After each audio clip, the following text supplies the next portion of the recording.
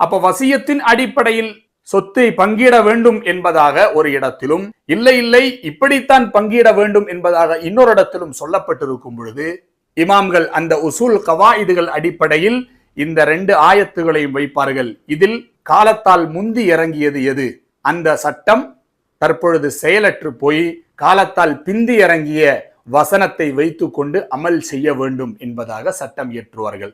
இதற்கு தான் உசூல் கவாயித் என்பதாக சொல்லுவாங்க. இப்போ சூரத்துல் பக்ராவினுடைய 180வது வசனம் இப்பவும் குர்ஆன்ல இருக்கத்தான் செய்கிறது. ஒரு மனிதர் அதை எடுத்து படிக்கிறார்.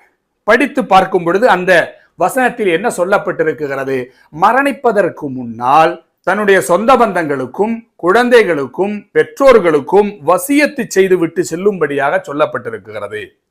இதை படித்து கொண்டு மதுஹபுடைய புத்தகங்களை, ஹனஃபி மதுஹபனுடைய புத்தகத்தை திறந்து பார்த்தால் அந்த கிதாபில் எழுதப்பட்டிருக்கிறது, அப்படி வசியத்தெல்லாம் செய்தால் செல்லுபடி ஆகாது.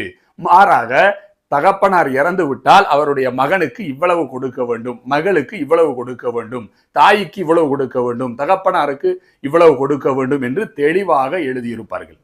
இதை வைத்துக் கொண்டு ஒருவர் பாருங்கள், குர்ஆனில் வசியத்து செய்யும்படியாக அல்லாஹ் சொல்றான், இவங்க சட்டத்தை நேர் மாத்தமா எழுதி வச்சிருக்கிறாங்க, வசியத்து செய்தா கூடாதுன்னு வேற சொல்றாங்களே.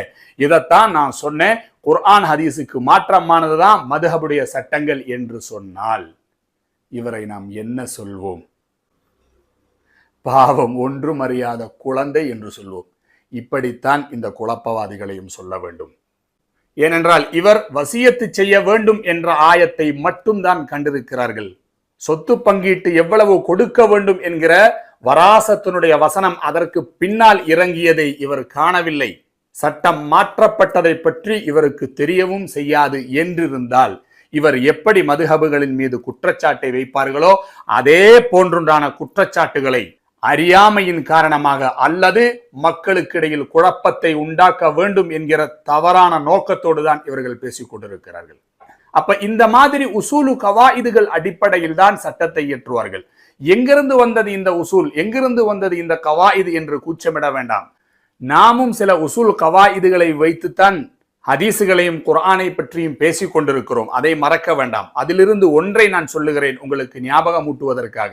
நம்மிடத்தில் 2 ஹதீசுகள் கிடைத்தால், ஒரு ஹதீஸ் ஒரு காரியத்தை பற்றி இப்படி செய்ய வேண்டும் என்று சொல்லுகிறது, ஆனால் அதற்கு நேர் மாற்றமாக செய்யும்படியாக இன்னொரு ஹதீஸில் 2 ஹதீசுகள் முரண்பட்டு வந்தால் இதில் நீங்கள் எதை எடுப்பீர்கள் என்று கேட்டால் நாம சொல்லுவோம், 2ல எது சஹீஹாக இருக்கிறதோ அதை எடுப்போம், எது லைஃபா இருக்கிறதோ அதை விட்டுருவோம்னு சொல்லுவோம்.